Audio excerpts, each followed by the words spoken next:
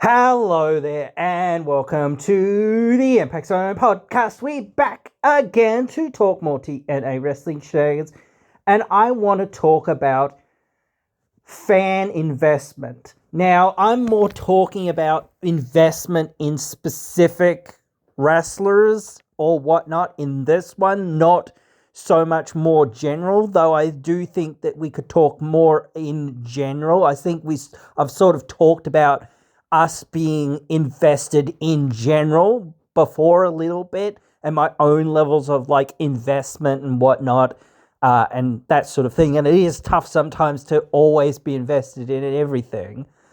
But I think like when fans get invested in someone, it's great because you can actively show the wrestling companies or what have you who you want to support. And this is one of the best things about non-biased wrestling companies. If somebody's merchandise starts to sell or starts to get hot, now there are circumstances that this is not 100% the case, but usually when somebody's merchandise is selling fairly well or whatnot, or your meet and greets and whatnot, these sorts of things are going up and things like that, it is an indication or whatnot that, hey, people want to see this specific person.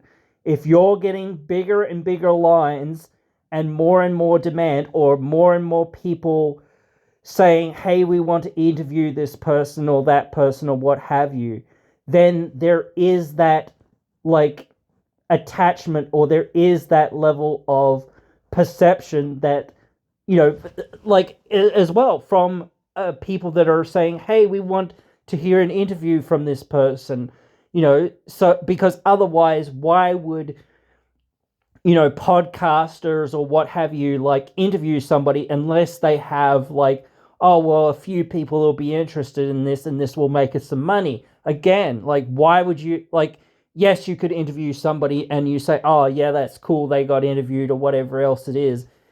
But, like, the more interviews somebody kind of gives, the less interest there sort of is, unless it's a very interesting person or they're doing a lot of interesting things all the time. And this is the level of investment that I want to drill into, because I think it's very important that wrestling fans understand this, because I know a lot of people do understand this to an extent, but they don't really understand it. Like, if you're going to a wrestling show, like let's say Slammiversary, because I just watched the Leon Slater in Immersed documentary that they put out, and like the key thing that sort of was said in that, like I've said it before, is like what they were looking for in as far as, selling tickets, selling merchandise, that sort of stuff was the contributing factor in deciding whether, Leon Slater was going to win the title or not, after however many months of build up that he had into like going into that match. And he said like he didn't know, what he was meant to be doing and how he was meant to do it and things like that to meet the metrics that they had expected. Like, it's not to say, hey, you need to sell 500 shirts or whatever else it is.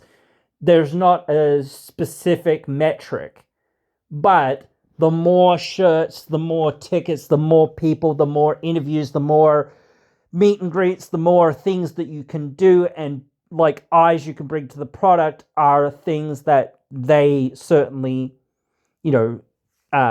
appreciate and say, hey, well, that was an important thing, and whatnot. So we'll reward this person and say, okay, we see some potential in you. We want to see more out of you in the future.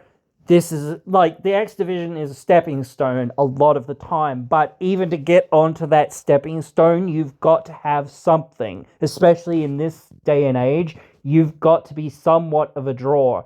You've got to be somebody that the company thinks something of, and it's the same thing with anything. But again, like if you're not somebody that can influence how things are going for somebody or for different things. It's like, well, why are we investing money and time and effort and all of this into you if there's no return?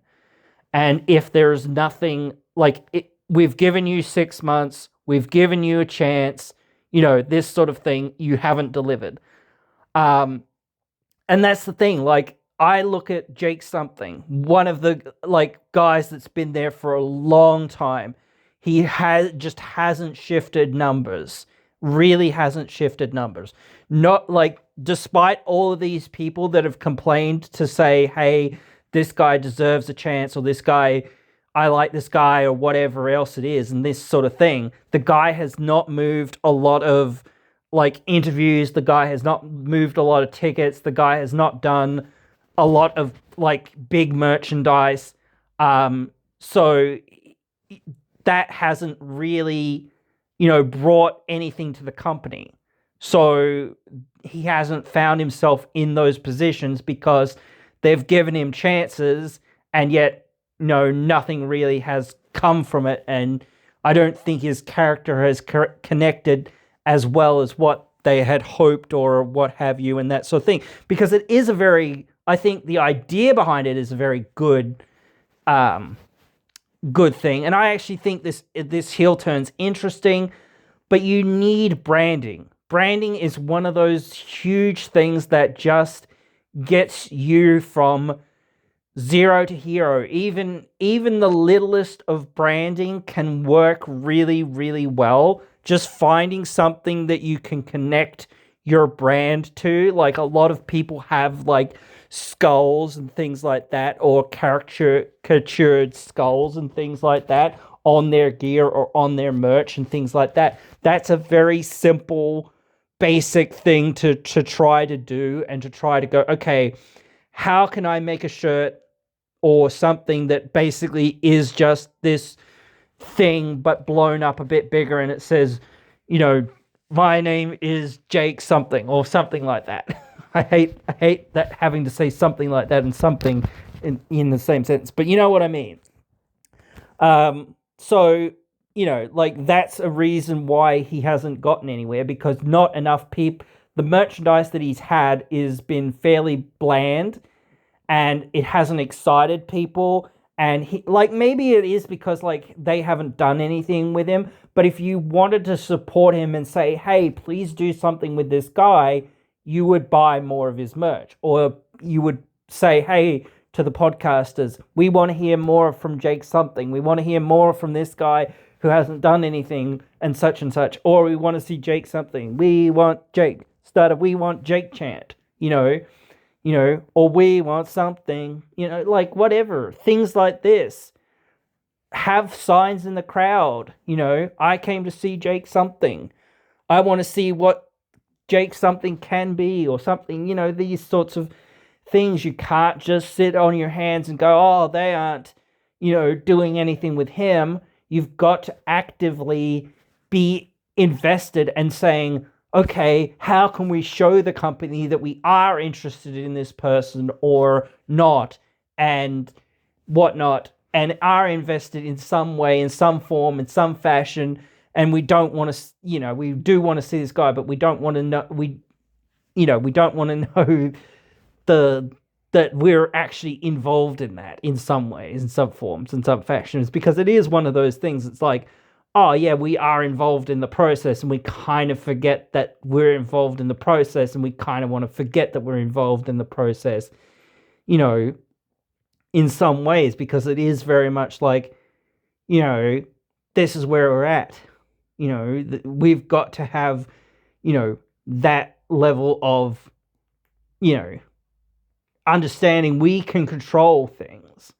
We can get somebody from, the low card to the upper card if we really want. If people start buying somebody's shirt, or start demanding things, and start saying, hey, we want to see more of this guy or more of that girl or whatever. I really like Danny Luna now, because she's been around for a while, and yet I kind of think this heel turn has kind of opened her up. Well, it's not really that big of a heel turn yet, I don't think, but it's sort of starting to simmer.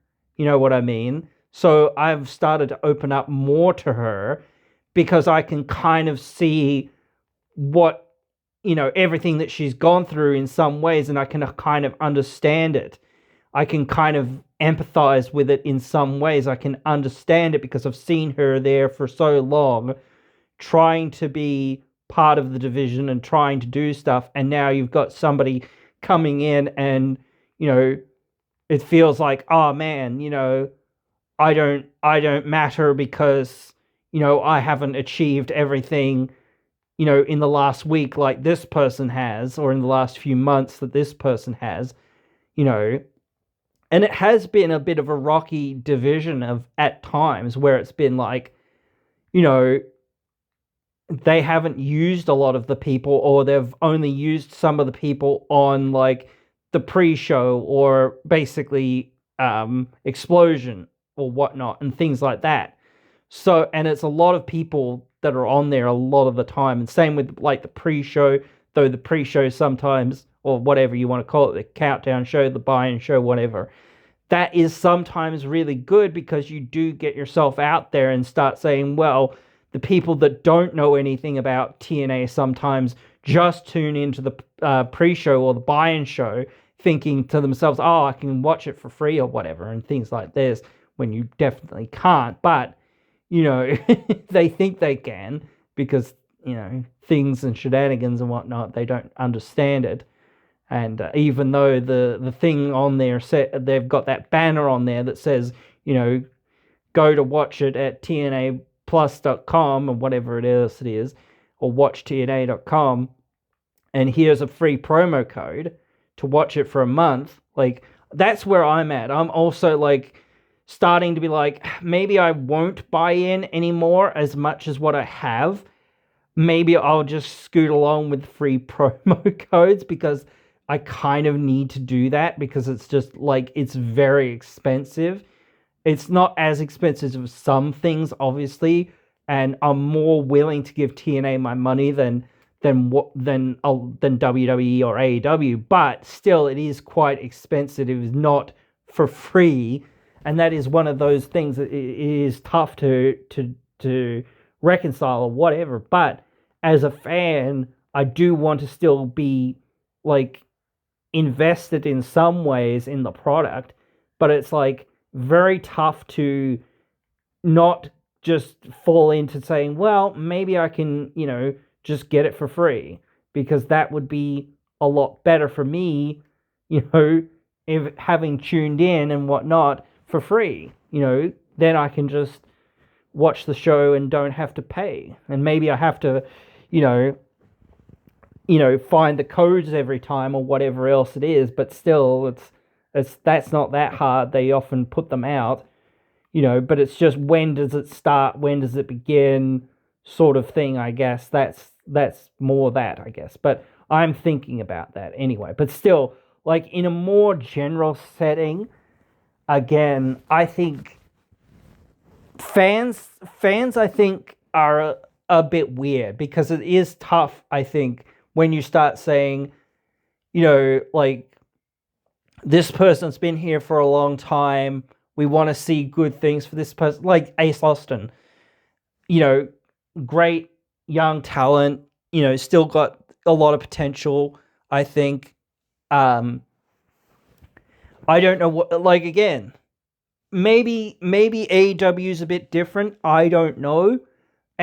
Or maybe the fan base is different, I don't know. But again, like, I do feel like you have to understand the same things.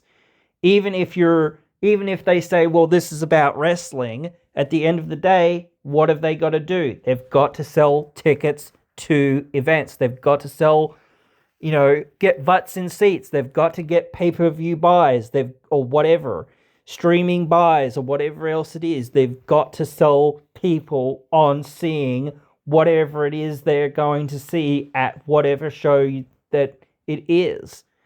And this is another thing, like, again, this is something that you have to think that, again, this is what it is. It is what it is. And planning is like one of the biggest and most important things that you can do. Like, if you're not saying, well, how are we getting to this point? Why are we getting to that point? Why are we going over here to do this at this point? What is like the end goal for this person?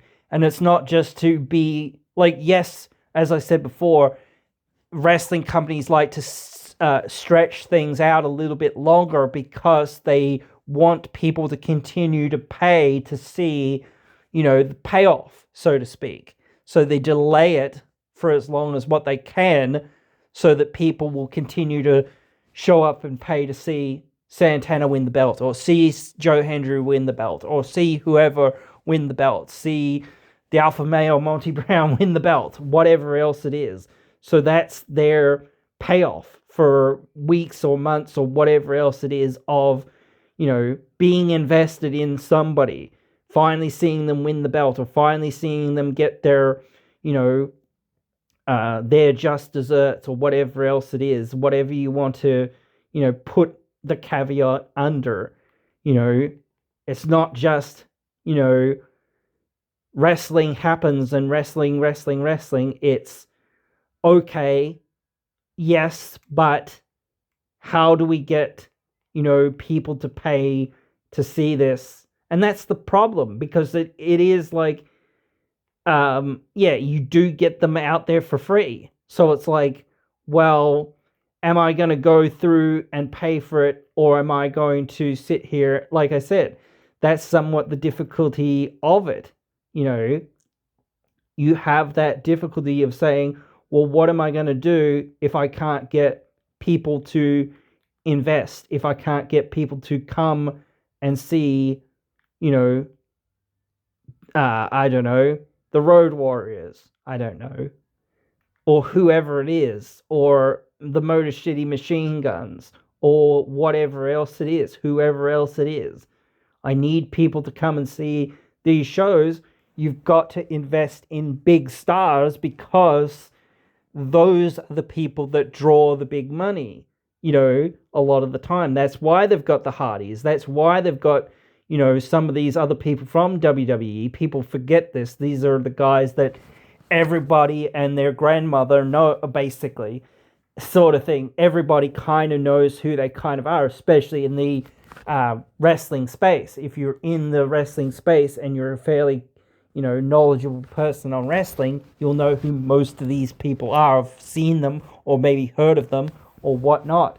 And you'll go, oh yes, Mustafa Ali. He was in WWE a few years ago, and doing some great stuff, and they just missed on him and whatnot, even though he was, doing pretty well, I think, for himself, he's doing way better now, because like the machine is actually behind him, and they're not just saying, oh, you're just a cruiserweight, or whatever, get screwed, because we don't believe in you, because you're, 20 pounds soaking wet, we think, like that's what we think, whatever. Unless you're Rey Mysterio and selling out masks all over the place or whatnot, and even then they didn't treat him right, but whatever. But still, like, that's what I mean. It's like, that's the good thing about TNA, and in some ways AEW as well. Like, and now WWE, like, anyone can succeed. It doesn't matter, like, what your shape, size, or whatever is. If you can get people into those arenas and into those seats, that's what matters. And that's what should matter. It shouldn't, if you're the worst talker in the world, and you're the worst wrestler in the world, or whatever else it is, any combination of anything that you're the worst at, but somehow you can get those people's butts in seats, and you can get people to buy your merch and get people to buy the pay-per-views, that's all that should matter.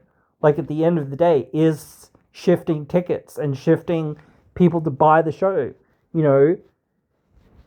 Getting people to, who have never watched wrestling maybe, or haven't watched for a long time, go, holy shit, this person's in wrestling now, or going to have a wrestling match, or what have you, or they're going to be involved in this, wrestling thing. Oh my god, I better check it out because this is going to be insane.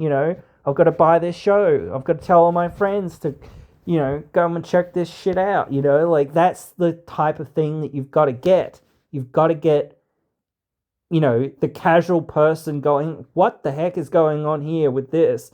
I've got to check this out. Here's this, monster of a man, and here's this other guy coming in, like two monsters coming against each other, like Brock Lesnar and John Cena or whatever. It's like, holy crap, that's going to be a big time match. Maybe it's overplayed and it's overdone now, the whole diminishing returns thing. But again, like, when you've done that, it's like been a big draw. And it's still somewhat a big draw, I guess. But, it's not the only thing, but it is one of the big things that's going into one of those shows there. So it's very much like, well, they're counting on that to be like, holy crap, this is selling, the show. Same with like, when they did the show in New York, they were kind of banking on the fact that, hey, Santana's from here and people will think that he's going to win the belt. So, people will tune in to see him, win the belt, And I don't know why the decision wasn't made for him to not win the belt or whatever and all of that. But I do think that it was a bit of a mistake in some ways, but also it was a bit of a timing issue in some ways as well, because it was like, if you had have thought of this, 6 more months down the track or whatever it was, and then said, okay, well, we're finally going to go to New York after all this, another 6 months of work. If you had Bound for Glory in New York and you had Slammiversary in the same area, I think it's Minneapolis. I don't know where it actually is. Where is Bound for Glory this year? I don't remember. Because it's in the US, guys. Lowell, Massachusetts. Okay, whatever.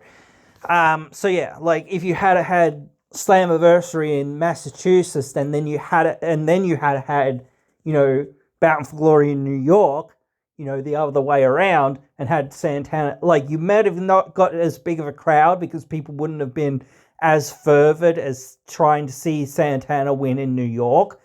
But you still have a lot of support for Santana at the time, and obviously you had Joe Hendry, and he's a big draw as well. So it's like two big draws, in the same match with, the outside NXT guy, in the match, and people wanted to see him getting gone. So, that's another big draw for the show, and you had the promise of AJ Styles turning up. So again, there was a lot of things that, would have shifted tickets. So having had said, this is going to be the other way around, then go to Bound for Glory and you're in New York. Hey, here we go, New York. There you go.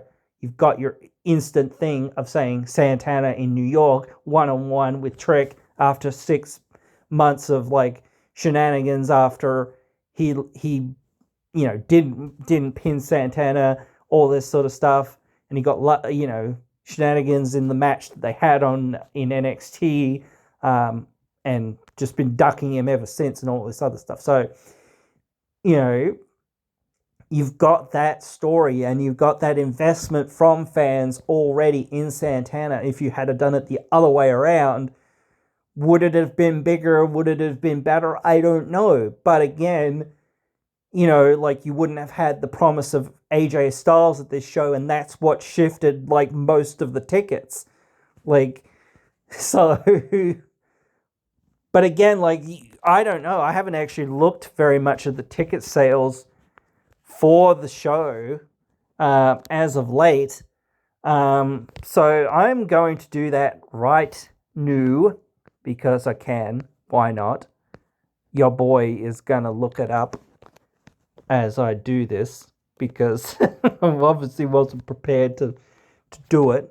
We haven't talked much about the event because well, most of the tickets were sold out a while back.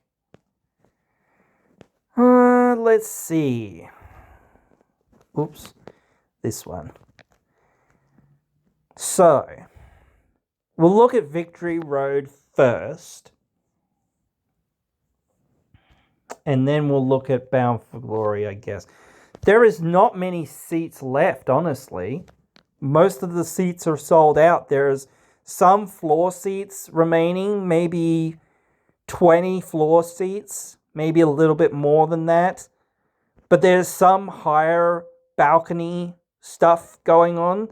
There's several rows still available, but that's about it for Victory Road, at least. So the tickets have sold really well for that show, and they're pretty much close to being a sellout. And this is only like a couple of weeks away again, so it'll definitely get very close to selling out if it doesn't sell out. Now let's look at Bound for Glory, because this is more important than Victory Road, honestly.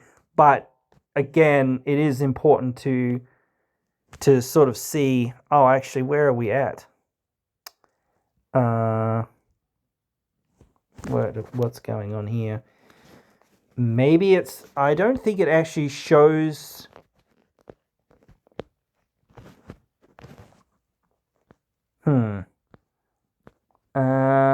Yeah, it's not showing me the actual arena seats.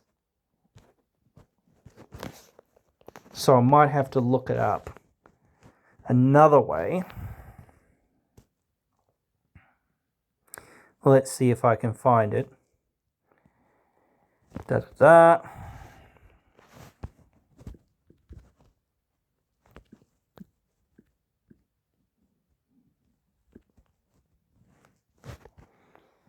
I actually probably should. Oh, God. Oops. Okay. Let's see.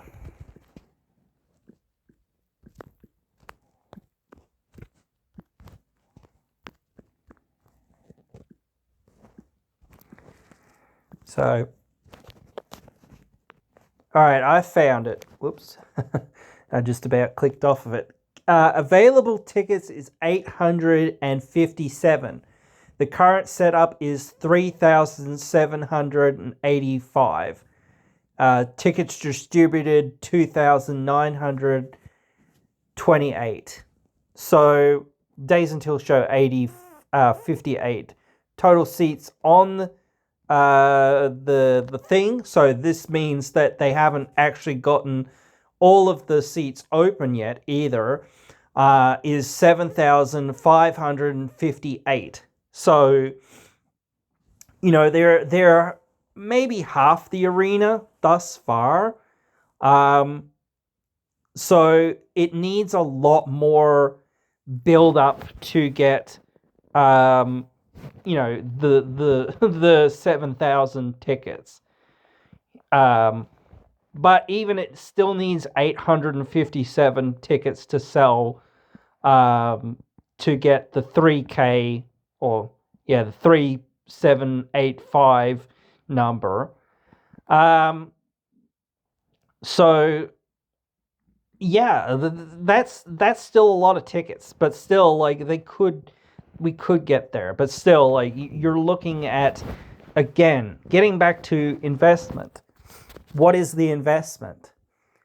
Like, if you're thinking, is Santana going to win? Maybe, probably, but is there as big of a fervor for Santana winning the title in this place versus him winning it in New York? I think there would have been more fervor for him winning it in New York. I think, Dudley's versus Hardy's, it's very much tied to New York, so that would work for being in that area as well. So again, like, a lot of signs do point to you being like, you've done this kind of backwards. You've kind of gone and said, okay, let's have this thing in New York and have this big night, and then, you should have actually had Bound for Glory, and the arena's switched effectively so that you're now going into New York, and people are going to turn in to see Santana, because like they would be much more like interested in that. But now obviously we have to start, I think this is like August 16th, so that's like 3 days ago. So like this week's episode of TNA went down. They've announced a couple more matches and whatnot. Well, one more match I think for the night, and I think much more like is gonna come. Like, I think a lot of people wanted to know what Macklin's gonna do and what Leon's gonna do as well, and they want to see not just what's gonna happen, but they want to see, like,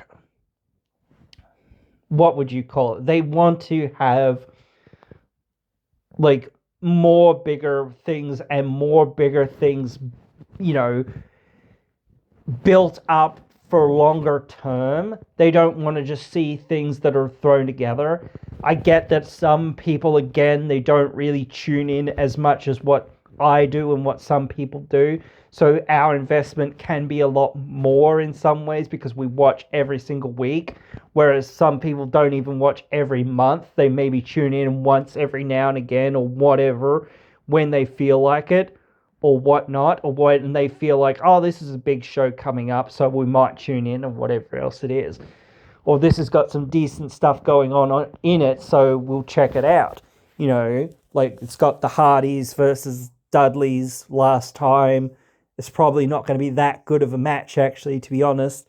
But it's one of the best feuds or whatever, and it's something people have, some sort of nostalgia for or whatever.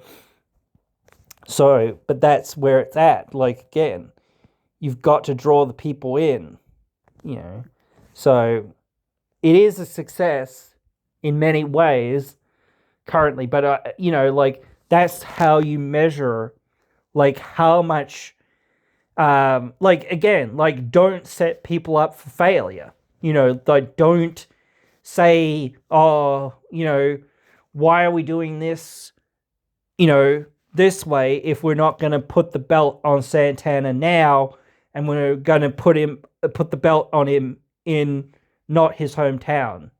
Like, what's the point? Unless there is another chase that you're kind of doing after that.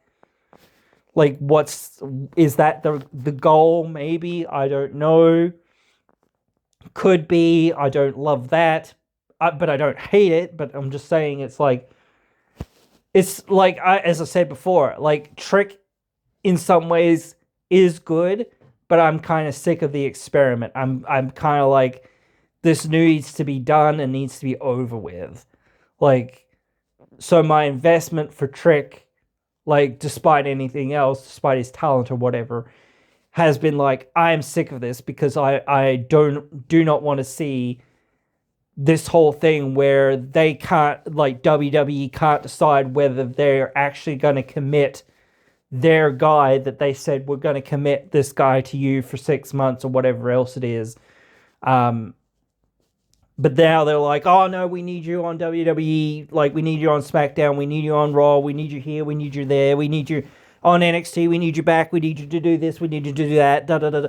Like you're pulling him to being like, man, like, if this was like a person from TNA, an actual person on their roster, you just wouldn't do it. Because you'd be like, oh, we don't own you, so we can't really do anything with you. Maybe you'll appear and maybe you'll do something 1 week or whatever else it is, but then you'll go away and bye-bye, never mind, see you later.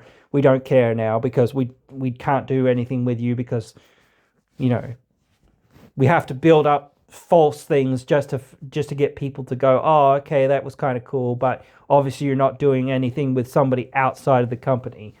But we can do stuff with our guys in their company because we can bully them and whatnot. And, they can't really do anything about it, which is shit house. And again, let's, where the investment is a bit more general. It's more like, where are the fans in TNA fighting for the little guy, um, who's still, sort of on the way up or whatever else it is. There's a lot of people that have gone to, the big time, so to speak, over there in WWE. I think, you talk about NXT, that grounds, it's a lot different. You've got to look at it really being a different world because WWE prioritizes things differently. Certainly, I think like people who are entertaining and whatnot, people who can like bring in the crowds just by talking or just by promo or just by, whatever creative thing that they can do is very cool. But, you look at people who are more like Santana, I guess, or more like Eddie Edwards or whatever, people that have that sort of part to them, but are still more of a wrestler, I think. Not just they're a wrestler, they wrestle and they wrestle well. I'm not talking like Kurt Angle or Chris Benoit or guys like that, I guess, too much, but I'm talking about guys that just are wrestlers per se, sort of thing. I'm talking probably more about Dean Malenko and guys like that. You can lump a few people kind of into the same bucket sometimes, and it can feel very much like that. But Dean was much more of a, yes, I am a wrestler. That is it, pretty much. I don't have much more personality. I wrestle, and I wrestle well. You can be a more hard-nosed wrestler, but the people that have the ability, like Chris Jericho, to entertain more are the people that are going to be more successful in the more bombastic WWE. He can still wrestle and he's still very talented, but he knows how to be the character and how to get over. And Eddie was, very talented as well. He knew how to be a great character and how to be a great heel and to be, in that world, even though he was a great wrestler. A lot of other people couldn't grasp being a great wrestler and being even like a good hand character.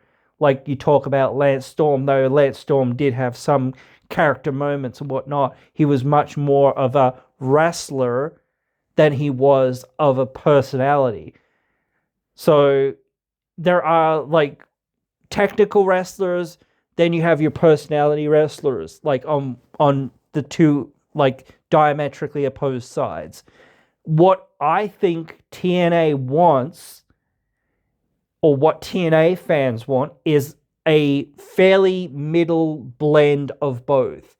They want guys that can wrestle really well, but they want guys that have a great personality and character, but are real. Not just, this is my gimmick and whatever. Except for maybe Rosemary, because Rosemary makes her gimmick like real. She makes you believe in that gimmick.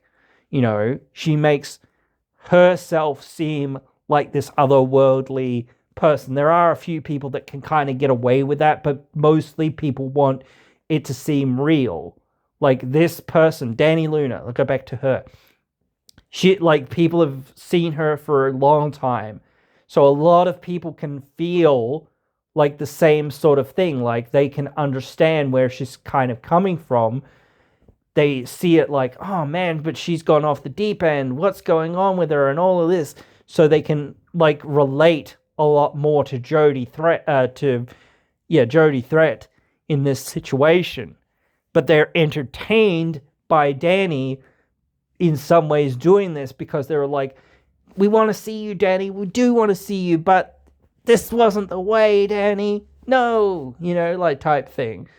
So you've got an investment there, and like, again, you can't rely on 2 people or 3 people or even 5 people to be in your company.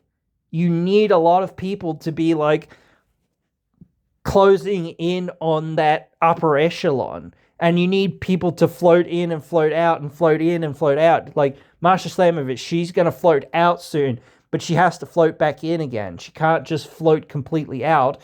You need to keep her in that perspective, but you need to also use her to help elevate younger people or people that other people have kind of gotten invested in, because like she like Tessa and her and a couple of other people should be in that perspective of saying these are like the final bosses or whatever of, you know, trying to break through that barrier of trying to get to the next level of being, you know, in that division. Or same thing for like the X division. Like there aren't that many people in that division again, but still, like, you need to frame it out and start saying, okay, these are the final bosses in that division, like Cedric Alexander might be.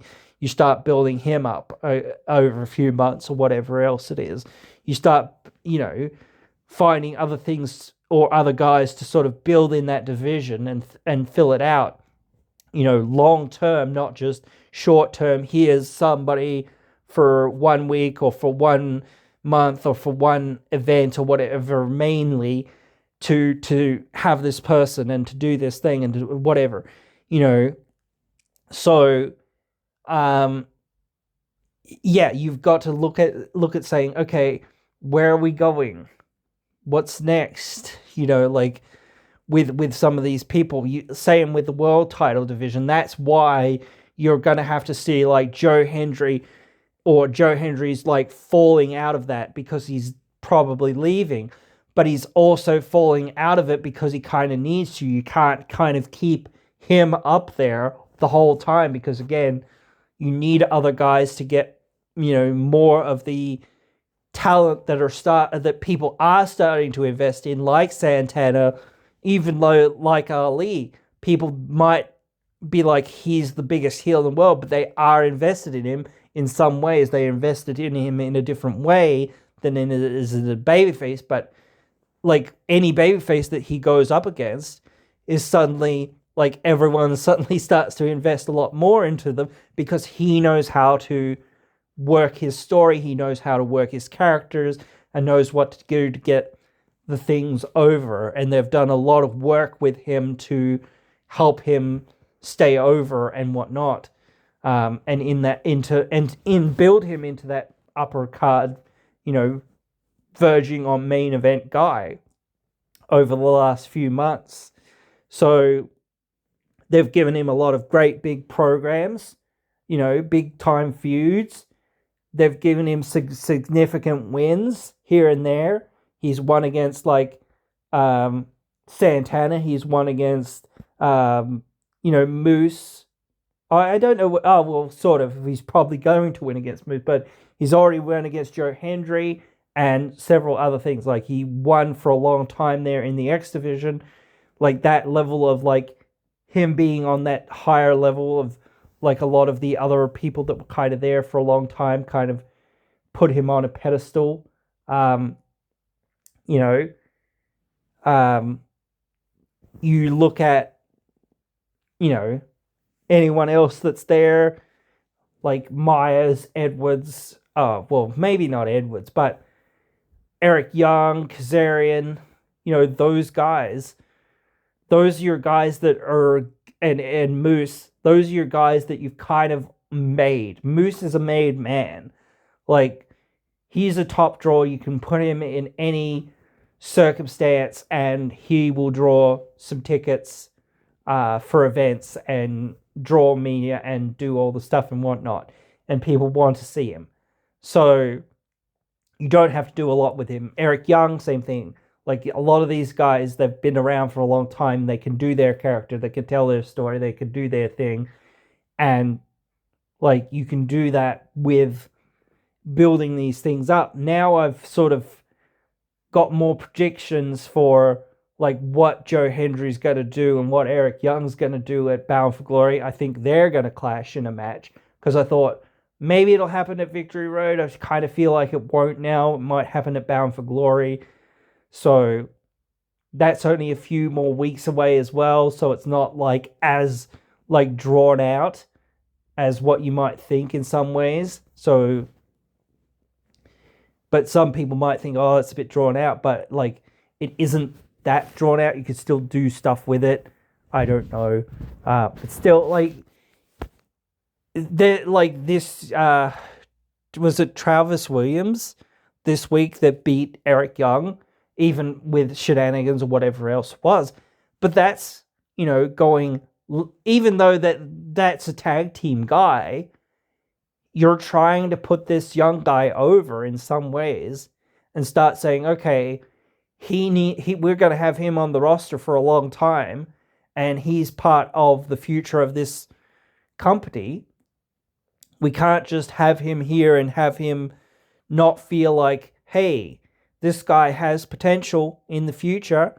And actually, he could be a really good part of the X division, but like I keep thinking like he's going to be like mainly a tag team guy for a while. I don't know what they're really going to do with him right now, but we'll have to wait and see. There's still some other stuff that's there that they can do. So, and it's like, I think the tag team scene is going to change so much when the Hardys leave as well. So, yeah, I really think that there's going to be a big shift come at that point. So we're going to have to wait and see for that. But as I sort of said, I don't know whether I think tag teams are a different level of investment, but I certainly think there is that same thing. It's the same idea. It's the same concept. I think it all relates to the same thing at the end of the day, whether you're a singles wrestler, male or female, whatever. If you're a tag team, it's a little bit different, but or a faction. Factions are also a bit different as well, but because somebody like Eddie Edwards, I think there's more, as I sort of said, there's more interest in somebody like Eddie Edwards because he's like that higher person on the totem pole, and there's even more interest in Moose because he's the newer guy to sort of get over, in the last few years and whatnot. And he's again another one of those guys that's sort of higher on that totem pole. So there's more interest in him than there is maybe Eddie Edwards, and there's certainly not as much interest in Brian Myers or JDC, but there's still something there that you could use those guys. Again, they're using those guys that you can't really do a whole lot with anymore because there's not enough investment in them to help get other guys over. But it's sort of like, well, that's sort of drained out because it's like they've been there for so long and never really won anything basically. So it's like, well, people can't invest in thinking they will ever do anything or be anything at a certain point because like you've just shown for so long that they haven't and won't. And whether that is something to say, well, is there no investment from the fans? There might be, but do we need that? And what level, if somebody gets above that level of investment that is there, whatever there is, if there is any, and it might be more holistic to the system or to whatever, or to some people who just so happen to like JDC or whoever or whatever, then it might be. But, that's not really, like, that person would be considered on the up, or those people, whatever. But, again, you don't know. We don't know. I don't know. Because I don't have, like, numbers and metrics, and I don't think there's a set metric. Also, I do think, like, wrestling does need to be about, like, let's just do this thing sometimes. Like listen to the crowd or whatever. It's not just about dollars and cents. It is about dollars and cents. We can't take away that part of it, though. You can't forget about that part of the game. But you've also got to be listening and thinking, oh man, let's pull this trigger and see what happens and see where we go from there. Because you've got to give things to people sometimes before they're kind of ready, so that people will kind of invest in more in them and go, oh wow, they really did give Leon a chance to become the youngest world X Division champion. So that's cool, you know. And here's AJ Styles to put him over, you know, and whatnot, and all this sort of stuff. So you're doing all of these things to continue to go, okay, this guy, even if this guy is going to leave us, which who knows, you know, people will know, hey, we put this guy on the map, you know, we did some stuff with this guy. And that's why I say you can't just keep sitting on your hands with a very empty division.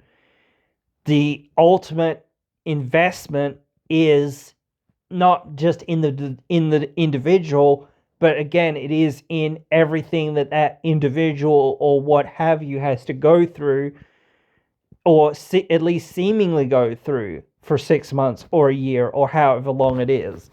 So if there's no real division there, that's why I was talking about like the women's tag teams for so long, because it's like, why are you continuing to do this? You're continuing to have to try so hard and go so far out of your way to make this thing work. So let's just give up on it. Let's forget about it. Let's move on from it.